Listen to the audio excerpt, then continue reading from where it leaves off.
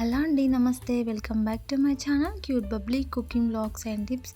నేను ఇక్కడ రాత్రి మిగిలిన అన్నంతో రెసిపీ అయితే చేస్తున్నాను. ఎంత కరెక్ట్గా చేసినా కూడా ఎంతో అంత అన్నం అయితే మిగులుతుంది. దాన్ని అయితే పడేయలేం కదా, ఎంత కాస్ట్ పెట్టుకొని చెద్దన్నం మిగిలిందని పడేస్తే బాగోదు. ఏదైనా రైస్ చేసుకొని తినొచ్చు. స్వీట్ కావాలంటే స్వీట్గా చేసుకోవచ్చు, హాట్ కావాలంటే egg rice, fried rice, lemon rice, చాలా రైసెస్ ఉన్నాయి కదా, మనకి ఇష్టమైనది ఏదో ఒకటి చేసుకొని తినొచ్చు.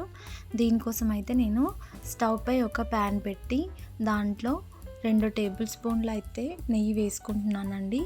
అది కరిగాక మనము తీసి పెట్టుకున్న అన్నాన్ని అయితే వేసుకొని ఫైన్గా ఒకసారి అయితే కలుపుకోండి.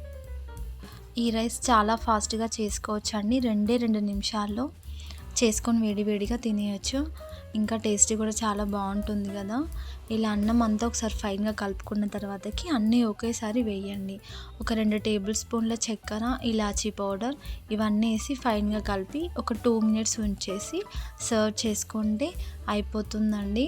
చక్కెర ఎక్కువ వేసుకోకూడదు, ఎందుకంటే ఉందా లేదా అన్నట్టుగా వేసుకోవాలి. చక్కెర ఎక్కువగా ఉంటే తినలేము, కొద్దిగా తక్కువగా ఉంటేనే బాగుంటుంది. అలాగే ఇలాచీ కూడా జస్ట్ 1-2 వేసుకుంటే సరిపోతుంది, జస్ట్ ఫ్లేవర్ తగిలితే సరిపోతుంది. ఎక్కువగా ఉంటే ఏంటంటే పళ్ళ కిందికి వచ్చినప్పుడు ఇబ్బందిగా ఉంటుంది, ఎక్కువ స్మెల్ వస్తే తినలేము కదా. చక్కెర వేయగానే అది కరుగుతుంది, అలా కలుపుతూనే ఉండాలి, ఎందుకంటే మాడిపోకుండా ఉంటుంది. 1 నిమిషం తర్వాత కొద్దిగా ఫ్లేవర్ కోసం అనేసి కొబ్బరి పొడి, అలాగే కొద్దిగా చిటికెడంతా ఉప్పు వేసి ఒక 2 నిమిషాల పాటు స్టవ్ సిమ్లో పెట్టి కలుపుతూనే ఉండండి. అంతే, ఎంతో టేస్టీగా ఉండే స్వీట్ రైస్ రెడీ. చాలా బాగుంటుందండి, ట్రై చేయండి.